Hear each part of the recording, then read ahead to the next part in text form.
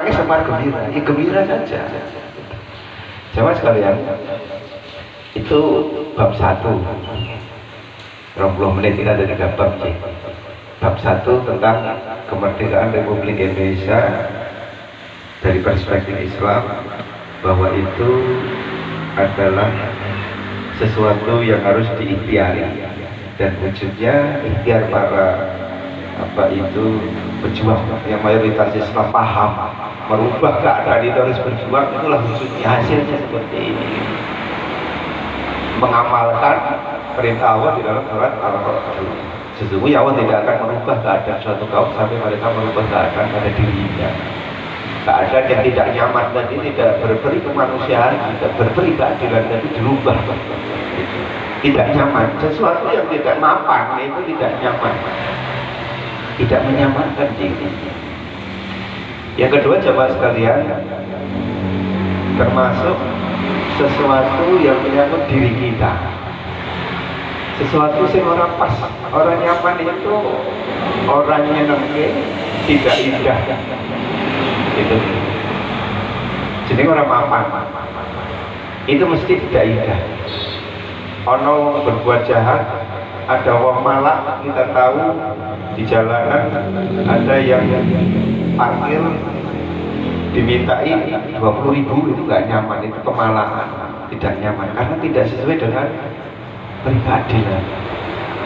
Itu ada juga kita selama ini ada orang-orang yang tentang diri, kenyamanan diri itu mencari kemana-mana, mencari kemudian dari sesuatu yang tidak nyaman.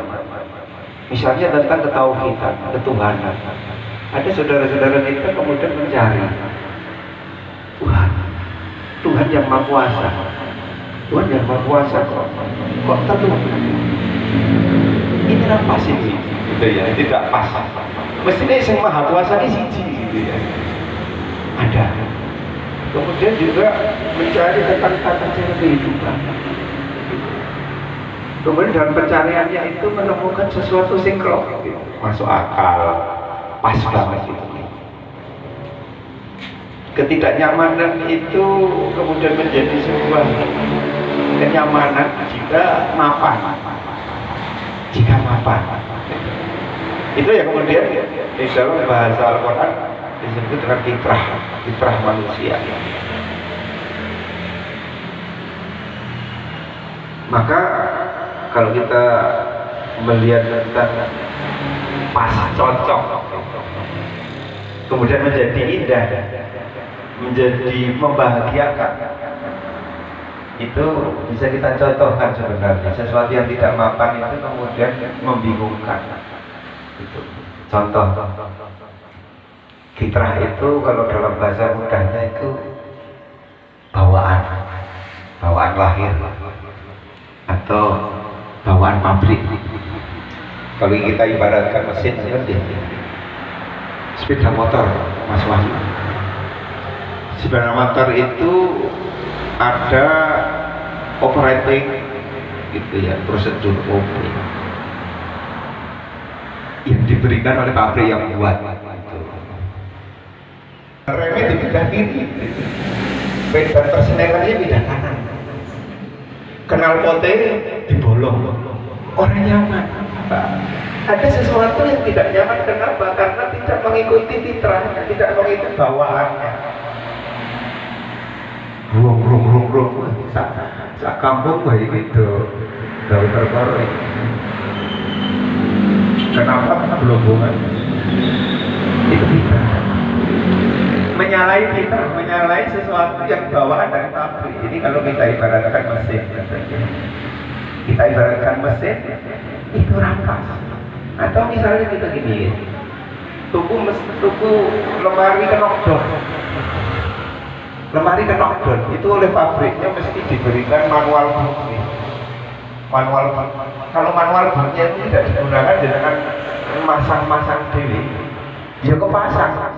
Nek kita tak sawang orang pasti dibuka orang Islam. Itu gini. Sing mencong rene. Kadang-kadang tidak pas. Harus pasnya bagaimana buka? pabrik wis ngei gitu. Bawaan pabriknya gini, nanti supaya berfungsi dengan baik ya ikuti itu. Jamaah sekalian,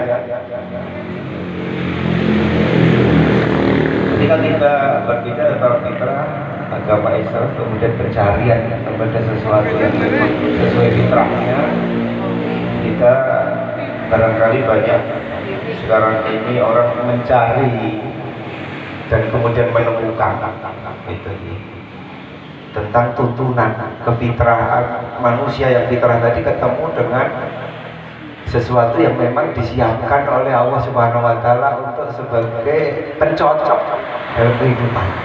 Kita manusia itu fitrahnya akan memerlukan tuntunan dalam menjalani kehidupan ini. Jadi itu telah ditegaskan di dalam surat Al-Rum ayat 30. Bismillahirrahmanirrahim.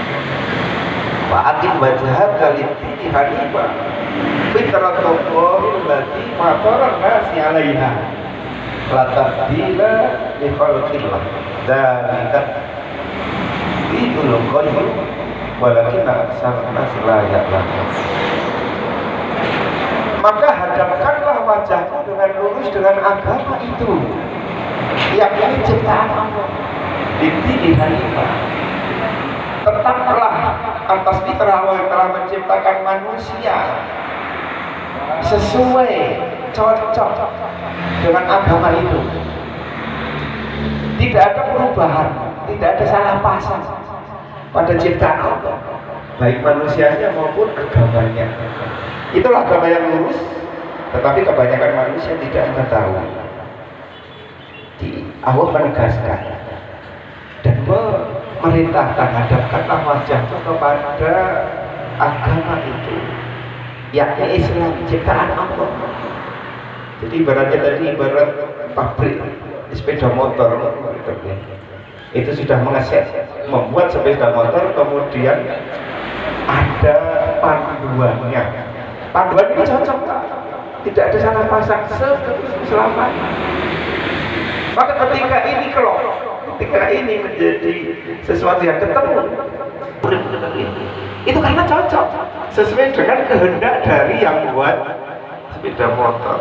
Ini juga hadapkan wajahmu secara lurus, secara sameng-sameng ketika fitrah Allah yang disebut manusia ketemu dengan fitrah bawaan yang diberikan, disiapkan oleh Allah berupa agama Islam ini.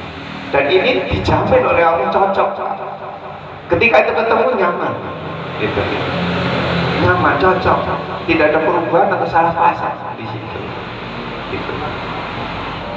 Maka, bapak-bapak, kalau kita sok ngoco riwayat-riwayat para mu'alaf, para pemeluk agama Islam baru yang awalnya adalah bukan beragama Islam, maka banyak memberikan statement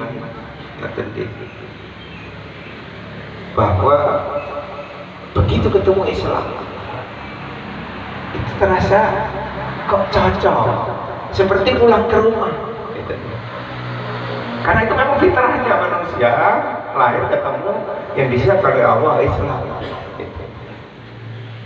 Fitrah itu kayak misalnya gini, ikan itu akan nyaman ketika ketemu air. Mula jenengan nek ikan iku digolek ke tempat tidur empuk sing betul-betul larak ngono nggih. Iya ora ketemu ora nyaman karena bukan fitrahnya. Dike ember elek ning ono banyu cemplunge ngono ya indah, bahagia.